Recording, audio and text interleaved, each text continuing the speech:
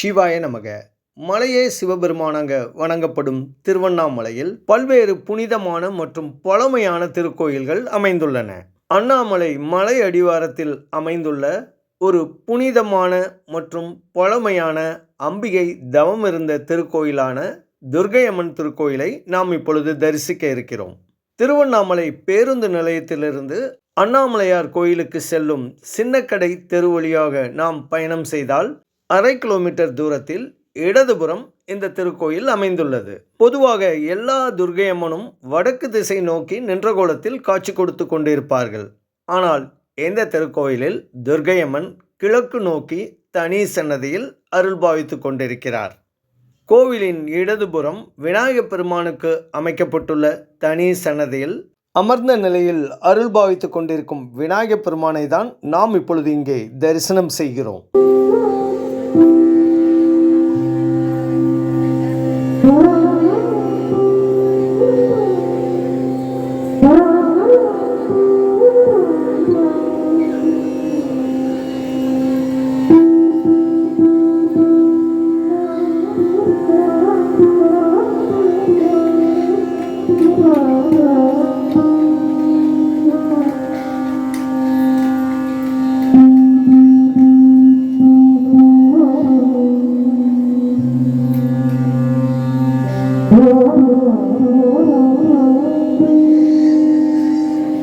ஒரே ஒரு திருச்சிற்றை கொண்ட இந்த திருக்கோயில் ஒரு சிறிய குன்றின் மேல் அமைந்துள்ளது.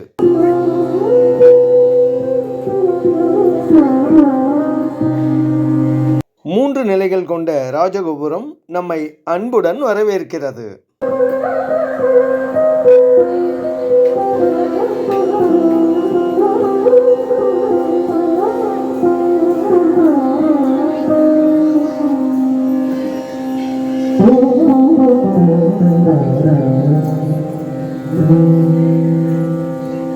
திருக்கோவிலின் வெளியே இடதுபுறம் அமைந்துள்ள திருக்கோவிலின் நந்தவனத்தை நாம் இப்பொழுது இங்கே தரிசனம் செய்கிறோம்.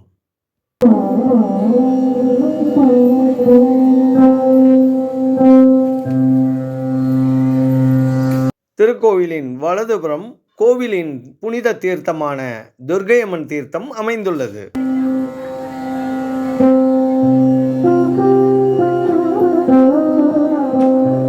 திருவண்ணாமலையின் காவல் தெய்வமாக இந்த துர்க்கையம்மன் அருள்பாவித்து கொண்டிருப்பதால் திருவண்ணாமலை அருணாச்சலேஸ்வரர் திருக்கோயிலில் நடைபெறும் கார்த்திகை தீபத்தின் முதல் நாள் உற்சவம் காவல் தெய்வமான துர்க்கையம்மனுக்கே நடைபெறுகிறது.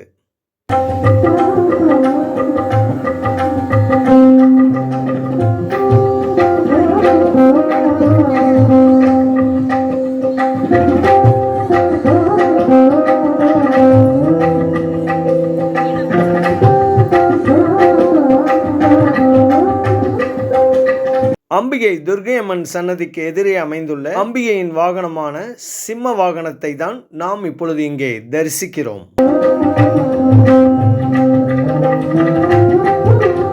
துர்க்கையம்மன் கருவறையின் முன்புறம் இடதுபுறம் விநாயகப் பெருமானும் வலதுபுறம் முருகப்பெருமான் வள்ளி தேவசேனையுடன் அருள்பாவித்து கொண்டிருக்கிறார்கள்.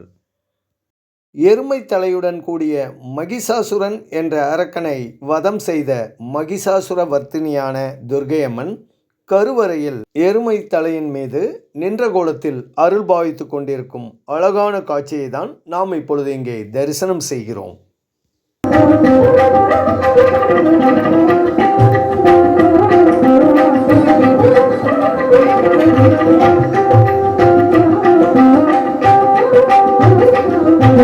ஒரே ஒரு பிரகாரத்தை கொண்ட இந்த திருக்கோயிலை நாம் வலம் வரும்போது கருவறையின் மேல் அமைக்கப்பட்டுள்ள விமானத்தையும் கோவிலின் பின்புறம் எழில்மிகு தோற்றத்துடன் கம்பீரமாக காட்சி கொடுத்து கொண்டிருக்கும் அண்ணாமலையாரின் மலை தரிசனத்தையும் தான் நாம் இப்பொழுது இங்கே தரிசிக்கிறோம்.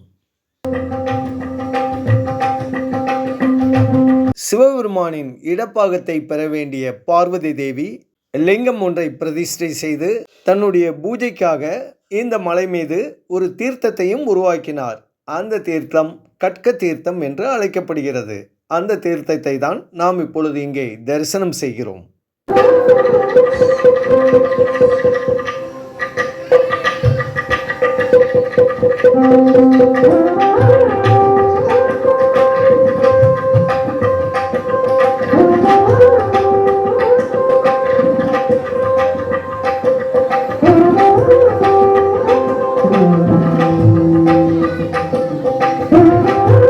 இந்த கட்க தீர்த்தத்தின் அருகிலேயே அம்பிகையால் வழிபடப்பட்ட சிவபெருமானின் சன்னதி அமைந்துள்ளது.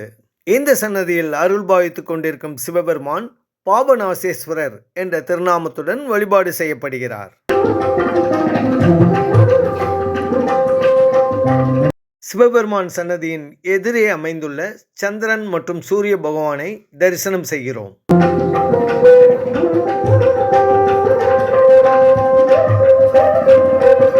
சிவபெருமான் சன்னதியின் வலதுபுறம் சப்த மாதாக்களின் திருவுருவங்கள் அமைக்கப்பட்டுள்ளது. சப்த மாதாக்களின் திருவுருவங்களையும் சிவபெருமானின் லிங்க திருமேனியையும் நாம் தரிசனம் செய்கிறோம்.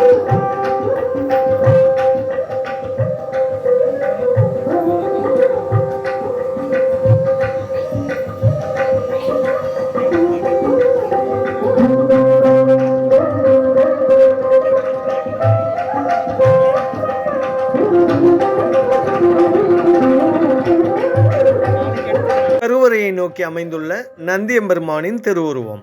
பாபநாசேஸ்வரர் என்ற திருநாமத்துடன் லிங்க திருமேனியுடன் அருள் பாவித்துக் கொண்டிருக்கும் சிவபெருமானின் அழகிய திருவுருவத்தை தான் நாம் இப்பொழுது இங்கே தரிசனம் செய்கிறோம். நாமும் நம் பாவங்கள் நீங்க அம்பிகை பார்வதி தேவியால் நிறுவப்பட்ட இந்த சிவபெருமானை சிறிது நேரம் வழிபடலாமா?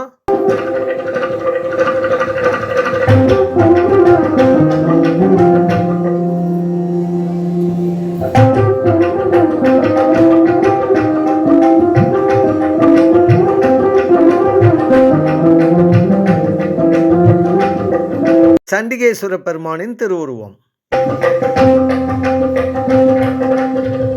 பறந்து விரிந்து அழகாக காட்சி கொடுத்து கொண்டிருக்கும் இந்த திருக்கோயிலின் திருச்சுற்றை, அதாவது பிரகாரத்தை இப்பொழுது நாம் இங்கே தரிசனம் செய்து கொண்டிருக்கிறோம்.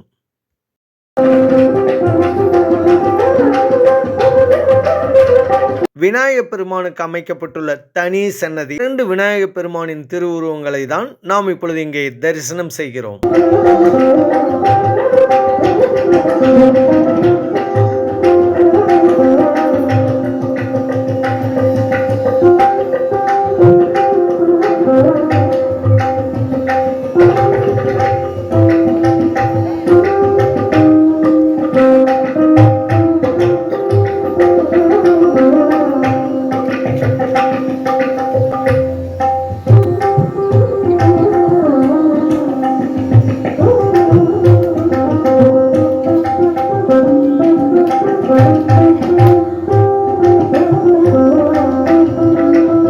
சுற்றி கட்டப்பட்டுள்ள சுவர் கோஷ்டம் என்று அழைக்கப்படுகிறது.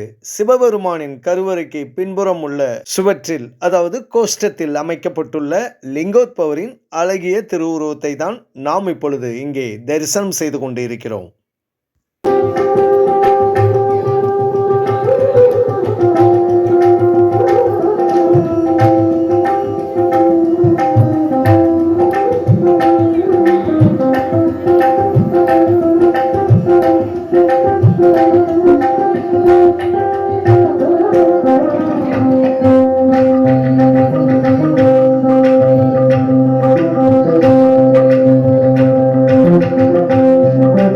கோஷ்டத்தில் அமைக்கப்பட்டுள்ள தட்சிணாமூர்த்தியின் திருவுருவத்தை தான் இப்பொழுது நாம் தரிசனம் செய்கிறோம்.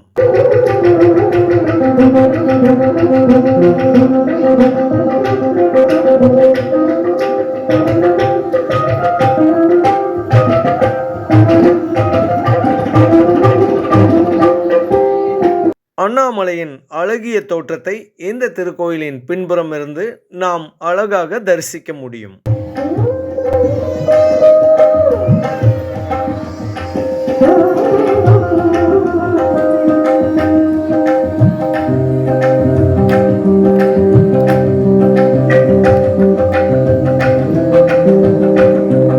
அண்ணாமலையே சிவபெருமானாக வழிபடப்படுவதால் மலையை நோக்கி அமர்ந்திருக்கும் நந்தியம்பெருமானின் அழகிய திருவுருவம்.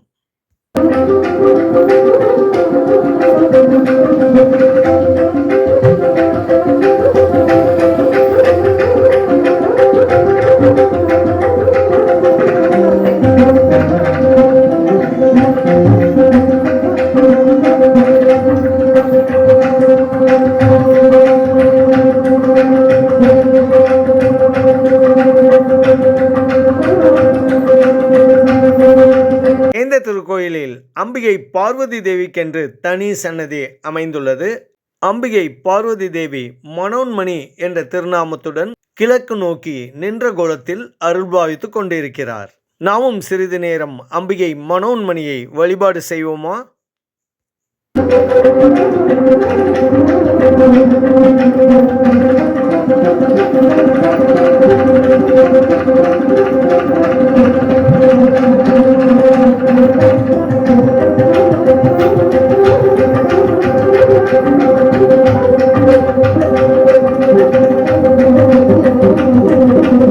மூன்று அடுக்குகள் கொண்ட கோபுரத்தின் அழகிய உருவத்தை தான் பிரகாரத்திலிருந்து நாம் இப்பொழுது தரிசனம் செய்கிறோம்.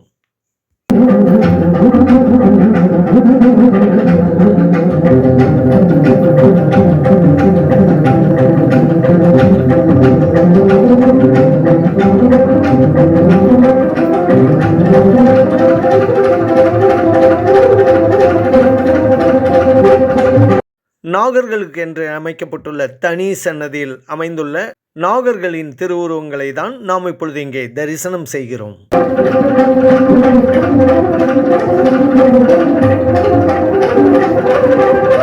ராகுகேது தோஷம் உள்ளவர்கள் இந்த சன்னதியில் தங்களுடைய தோஷம் நீங்க விளக்கேற்றி வழிபாடும் செய்கிறார்கள்.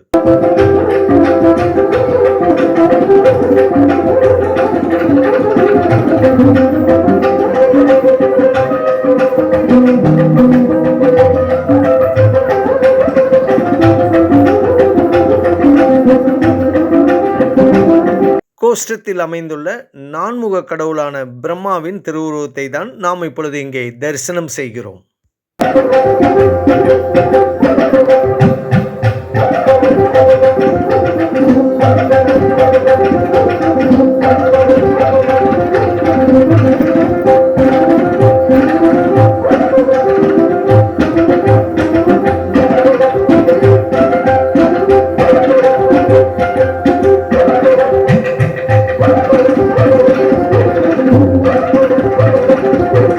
ராகு காலத்தில் இங்குள்ள துர்க்கை அம்மனுக்கு விளக்கேற்றி வழிபாடு செய்வதற்காக அமைந்துள்ள தனி சன்னதியில் நின்ற கோலத்தில் அருள்பாவித்துக் கொண்டிருக்கும் துர்க்கை அம்மனின் அழகிய திருவுருவத்தை தான் நாம் இப்பொழுது இங்கே தரிசனம் செய்கிறோம்.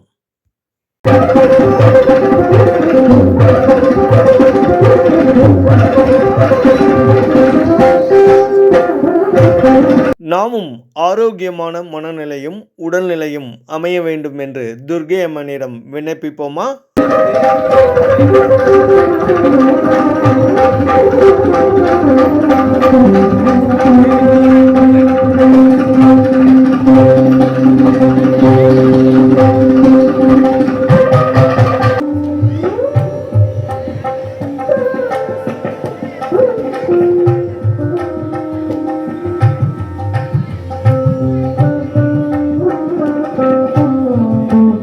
நாம் இந்த திருக்கோயிலின் உற்சவ மூர்த்தியான துர்க்கை அம்மனின் திருவுருவத்தை தான் இப்பொழுது இங்கே தரிசனம் செய்கிறோம். திருவண்ணாமலையில் காவல் தெய்வமாக விளங்கும் துர்க்கை அம்மனுக்கு அமைக்கப்பட்டுள்ள ஒரு தனி கோயில் இந்த திருக்கோயிலாகும். அம்பிகை பார்வதி தேவி தவம் இருந்த ஒரு பழமையான திருக்கோயிலை தரிசனம் செய்த மன நிறைவுடன் அடியார்கள் வாழ்வில் நல்லதே நடக்கும், நல்லதே நடக்க வேண்டும் என்ற பிரார்த்தனையுடன் தங்களிடமிருந்து விடைபெறுகிறோம். சிவாய நமக.